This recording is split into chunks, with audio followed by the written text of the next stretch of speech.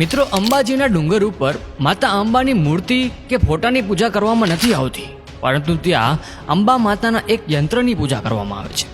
અને તે પૂજા કરતી વખતે પૂજારી આંખે પાટો શા માટે બાંધે છે? તો આવો જાણીએ અંબાજી મંદિરનો રોચક ઇતિહાસ.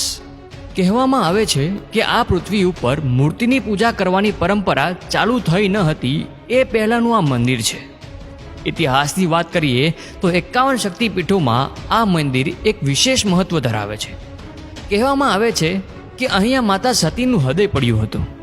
એકવાર પ્રજાપતિ દક્ષે એક મોટા યજ્ઞનું આયોજન કર્યું હતું. એ યજ્ઞમાં બધા જ દેવી દેવતાઓને અને બ્રહ્મા વિષ્ણુને બોલાવવામાં આવ્યા હતા, પરંતુ તેમની દીકરી અને તેમના જમાઈ એટલે કે ભોળાનાથને આ યજ્ઞમાં આવવાનું આમંત્રણ આપ્યું ન હતું.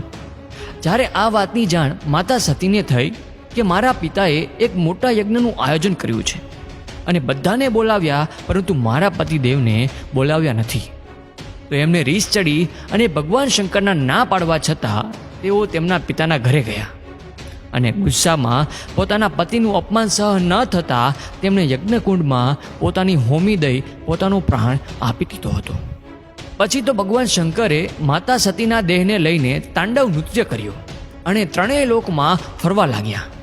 પછી સૃષ્ટિનો વિનાશ થવાના ડરથી ભગવાન વિષ્ણુએ સુદર્શન ચક્ર વડે માતા સતીના શબના ટુકડા કરી દીધા હતા. આ સતીના શબના ટુકડા અને ઘરેણા પૃથ્વી પર શક્તિપીઠનું નિર્માણ થયું.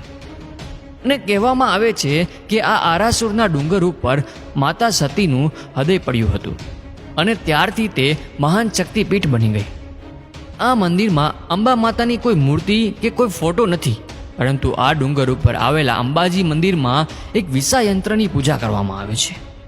આ યંત્રની સામે એક અખંડ દીવો પ્રજ્વલિત રહે છે. કહેવામાં આવે છે કે પૂજા કરતી વખતે પૂજારી તેને જોઈ શકતા નથી, એટલે તે આંખે પાટા બાંધીને આ યંત્રની પૂજા કરે છે.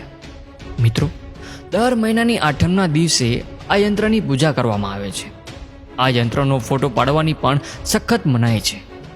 કહેવાય છે કે ભગવાન શ્રી કૃષ્ણનું મુંડન આ આરાસુરી અંબાજીના ડુંગર ઉપર કરવામાં આવ્યું હતું. ભગવાન શ્રી કૃષ્ણના માથાના વાળ ઉતારવાની વિધિ આરાસુરમાં આ અંબાના સ્થાને થઈ હતી. એ સમયે નંદરાજા અને યશોદાએ માતાજીના સ્થાનકે જ્વારા વાવ્યા હતા અને 7 દિવસ સુધી અંબાજી રહ્યા હતા. આજે પણ એ સ્થળ ગબ્બર પર્વત પર જોવા મળે છે. ગુજરાતથી ઉત્તર દિશામાં રાજસ્થાનની સરહદ પાસે અરવલ્લીના પહાડોની વચ્ચે આવેલું અંબાજી મંદિર એક મશહૂર યાત્રાધામ ગણાય છે.